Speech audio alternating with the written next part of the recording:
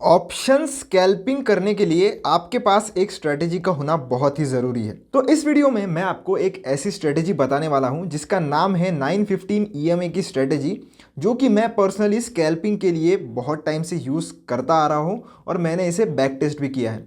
इसका win ratio अगर मैं आपको बताऊं तो वो लगभग 70 to 80% का है और काफ़ी अच्छे रिजल्ट्स मुझे इसमें देखने के लिए मिलते हैं। तो अगर आप एक ऑप्शन बायर हो तो इस स्ट्रेटेजी को ज़रूर से आपको चेकआउट करना चाहिए।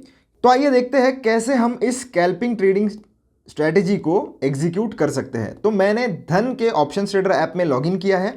इसके बाद हमें जिस भी इंडेक्स में ट्रेड करना है उसके लिए हम सबसे पहले इस वॉच लिस्ट वाले सेक्शन में आकर एक वॉच लिस्ट बना लेते हैं। तो वॉच लिस्ट में आपको आ जाना है। आप देख सकते हैं एक ऑप्शन नाम की मैंने अलग से वॉच लिस्ट बना कर रखी है। वॉच लिस्ट कैसे बनानी है, तो ये सेटिंग्स वाला बटन है, इस पर आपको क्लिक करना है। क्लिक करने के बाद आपको ये ऐड न्यू वॉच लिस्ट का बटन मिल जाता है। यहाँ से आप एक नई वॉच लिस्ट भी बना सकते हो। तो फिर से मैं ऑप्शन वाले वॉच लिस्ट में आ जाता हूँ। यहाँ पर आप देख सकते हो मैंने दो चीज़ें ऐड करके रखी है। एक निफ्टी 50 ऐड करके रखा है मैंने, और उसी के साथ साथ निफ्टी का एक फ्यूचर ऐड करके रखा है, क्योंकि ये दिसंबर मंथ शुरू है तो मैंने दिसंबर का फ्यूचर ऐड करके रखा है। तो आप भी जिस किसी भी इंडेक्स में ट्रेड करते हो उस इंडेक्स का आपको यहाँ पर सिंबल ऐड कर लेना है। कैसे ऐड करना है, बहुत ही सिंपल है। ऊपर की तरफ आपको एक सर्च बार देखने के लिए मिलता है, यहाँ पर आना है, क्लिक करना है। क्लिक करने के बाद जो भी इंडेक्स आपको ऐड करना है उसका नाम कर देना है। जैसे अगर आप बैंक निफ्टी करना चाहते हो तो बैंक सर्च कीजिए, निफ्टी बैंक आ जाता है। उसके सामने एक प्लस सिंबल दिखाई देगा, उस पर एक बार टैप करना है। जैसे ही आप टैप करोगे ये चीज़ ऑरेंज में बदल जाती है और आपका सिंबल जो है वो वॉच लिस्ट में ऐड हो जाता है। तो आप देख सकते हो निफ्टी बैंक यहाँ पर आ गया है। अब बढ़ते हैं आगे और कैसे हम ट्रेड लेने वाले हैं।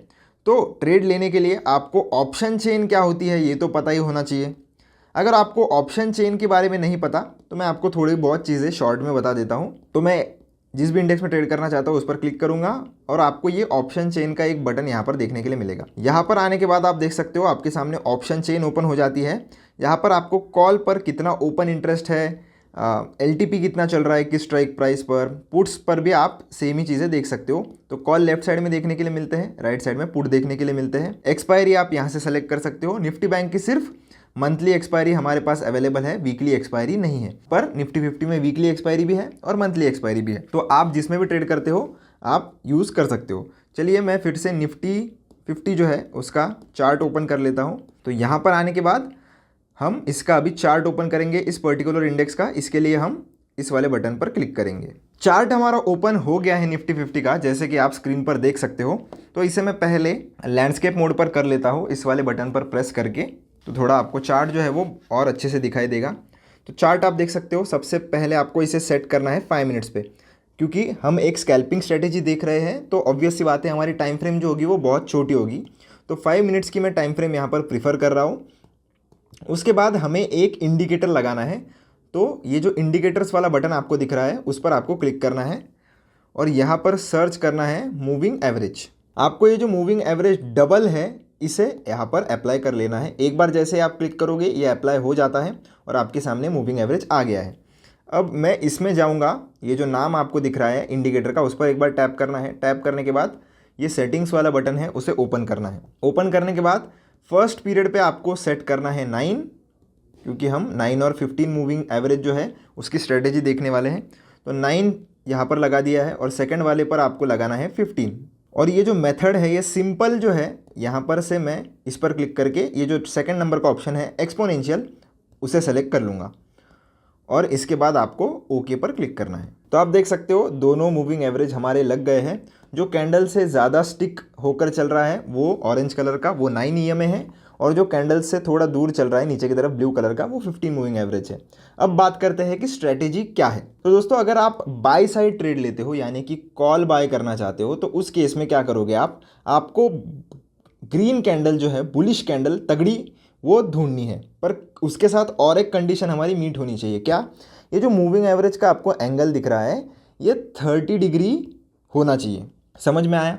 ये उससे ज़्यादा नहीं होना चाहिए, 30 डिग्री या उससे कम होना चाहिए। क्योंकि अगर ऐसे फ्लैट अगर इतना बड़ा अगर एंगल रहा तो फिर वहाँ पर मोमेंटम जो है वो फास्ट नहीं आता है, पर जितना स्टीप एंगल रहा उतना मोमेंटम फास्ट आता है। तो आप देख सकते हो यहाँ पर ये जो मूविंग एवरेज था ये फ्लैट था, तो यहाँ पर हमें ट्रेड नहीं लेना है। पर जैसे मूविंग एवरेज कर्व हो गया और उसके बाद ये बुलिश कैंडल बनी, तो उसके बाद हम यहाँ पर ट्रेड लेंगे। कैसे ट्रेड लेना है? जैसे ही कोई भी एक green candle, bullish candle close कर देती है ईएमए के ऊपर, तो उस कैंडल का हाई जैसे ही ब्रेक होता है आप वहाँ पर ट्रेड ले सकते हो। पर ये कैंडल आप देख सकते हो बहुत ही बड़ी साइज़ की है, तो इसमें हम ये पूरे कैंडल का स्टॉप लॉस नहीं दे सकते, तो हम हाफ कैंडल का जो है वो स्टॉप लॉस देंगे और 1:2 का आपको टारगेट लेना है। तो आप देख सकते हो इजीली आपका 1:2 का टारगेट यहाँ पर हिट हुआ है। तो आपको मिनिमम से मिनिमम 1:2 का टारगेट हमेशा से प्लान करना है। इसके अलावा हम देख सकते हैं कि यहाँ पर एक जो कैंडल हमारी बनी थी, तो उसने भी क्या किया है, नीचे से ऊपर 9 और 15 दोनों मूविंग एवरेजेस को काटा है और ऊपर क्लोजिंग दी है।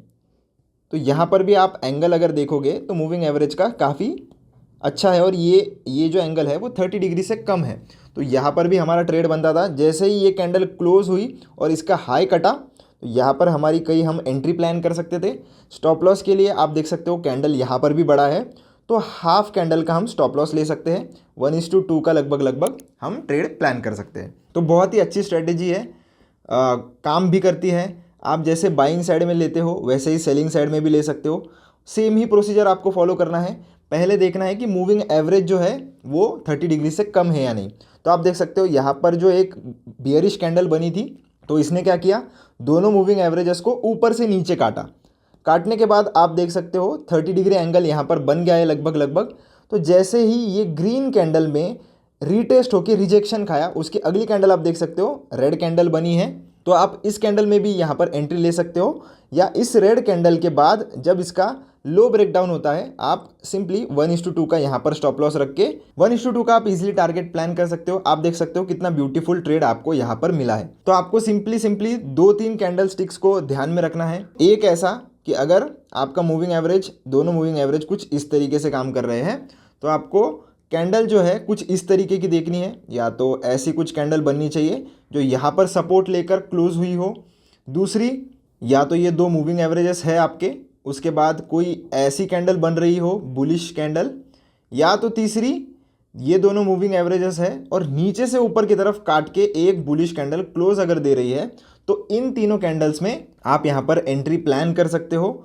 और साथ ही साथ अगर आप सेल साइड यानी कि पुट अगर बाय करना चाहते हो, तो उस केस में भी तो आपको क्या करना है, ये अगर आपके दो मूविंग एवरेजेस ऐसे है तो आप उल्टे कैंडल स्टिक्स एकदम रिवर्स, मतलब अगर कोई ऐसी कैंडल आपको दिख रही है या ये दो मूविंग एवरेजेस आपके हैं और ऊपर से नीचे की तरफ कोई अगर रेड कैंडल काट रही है, तो ऐसे ही आप ट्रेड प्लान कर सकते हो।